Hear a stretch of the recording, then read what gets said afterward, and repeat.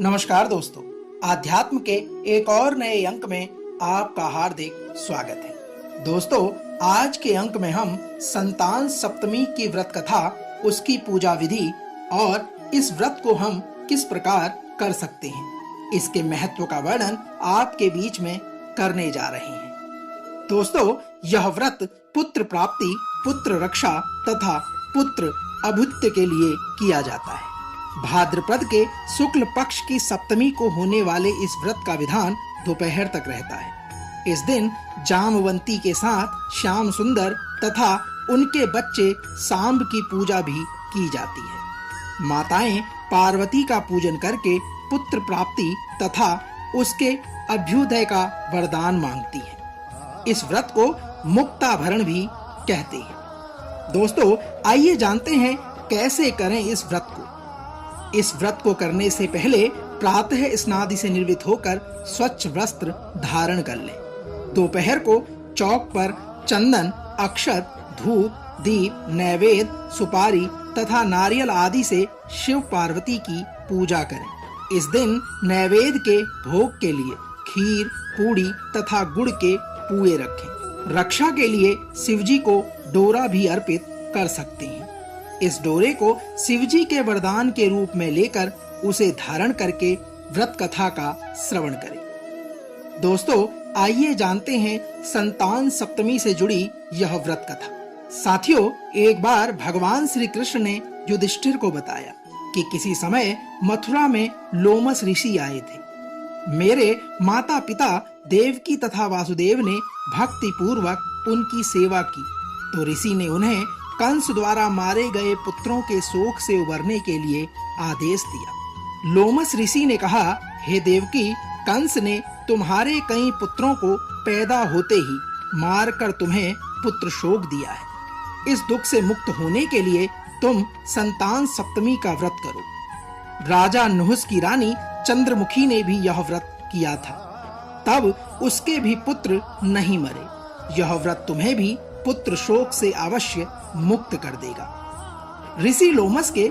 इस प्रकार के वचन सुनने पर देवकी ने कहा, हे देव, मुझे व्रत का पूरा विधि विधान बताने की कृपा करें, ताकि मैं विधि पूर्वक व्रत संपन्न करूं। तब देवकी के इस प्रकार कहने पर लोमस ऋषि ने उन्हें व्रत का पूजन विधान बताकर व्रत कथा आरंभ कर दी। ऋषि लोमस ने देवकी से कहा, हे देवी, नुहुस अयोध्यापुरी का प्रतापी राजा था। उसकी पत्नी का नाम चंद्रमुखी था। उसके राज्य में ही विष्णुदत्त नामक एक ब्राह्मण रहता था। उसकी पत्नी का नाम रूपवती था। रानी चंद्रमुखी तथा रूपवती में परस्पर घनिष्ठ प्रेम था। ऋषि लोमस ने आगे कहा, एक दिन वे दोनों सरयू में स्नान करने गई। वहां अन्य स्त्रियां भी स्नान कर रही थी। उन स्त्रियों ने वहीं पार्वती शिव की प्रतिमा बनाकर विधि पूर्वक उनका पूजन किया।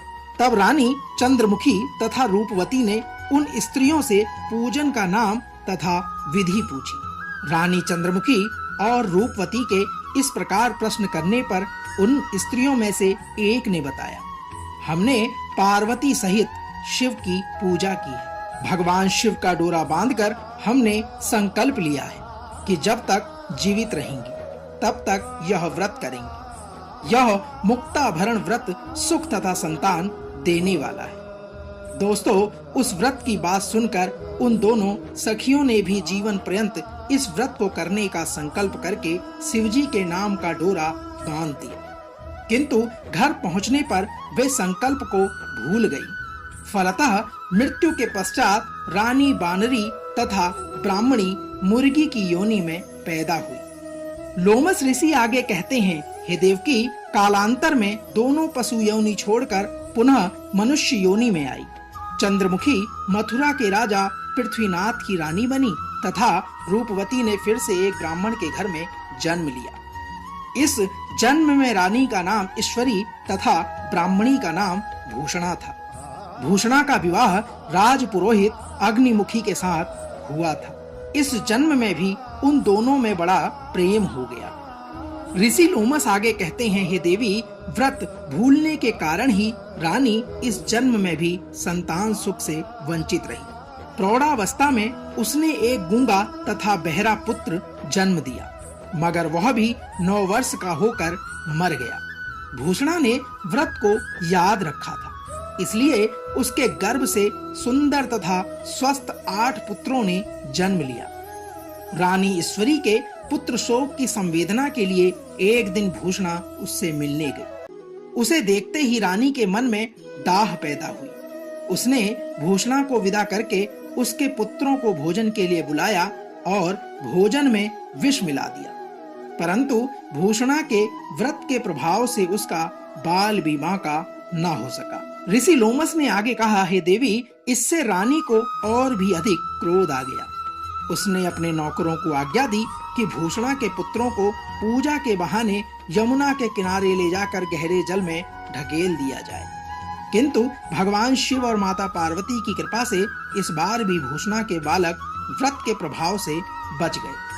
परिणाम स्वरूप रानी ने जल्लादों को बुलाकर आज्ञा दी कि ब्राह्मण बालकों को वध स्थल पर ले जाकर मार डालो, किंतु जल्लादों द्वारा बेहद प्रयास करने पर भी बालक न मर सके। यह समाचार सुनकर रानी को आश्चर्य हुआ। उसने भूषणा को बुलाकर सारी बात बताई और फिर क्षमा याचना करके उससे पूछा कि किस कारण तुम्हारे बच्चे मेरे द्वारा मृत्यु को प्राप्त नहीं हो पाए। रानी की बात सुनकर भूषणा बोली, क्या आपको पूर्व जन्म की बात स्मरण नहीं है?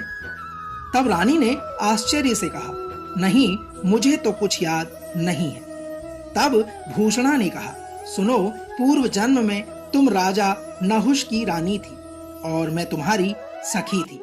हम दोनों ने एक बार भगवान शिव का डोरा बांधकर संकल्प किया था कि जीवन पर्यंत संतान सप्तमी का व्रत किया करेंगे, किंतु दुर्भाग्यवश हम भूल गईं और व्रत की अवहेलना होने के कारण विभिन्न योनियों में जन्म लेती हुई अब फिर मनुष्य जन्म को प्राप्त हुई है। अब मुझे उस व्रत की याद आ गई थी, इसलिए मैंने उस व्रत को धारण किया।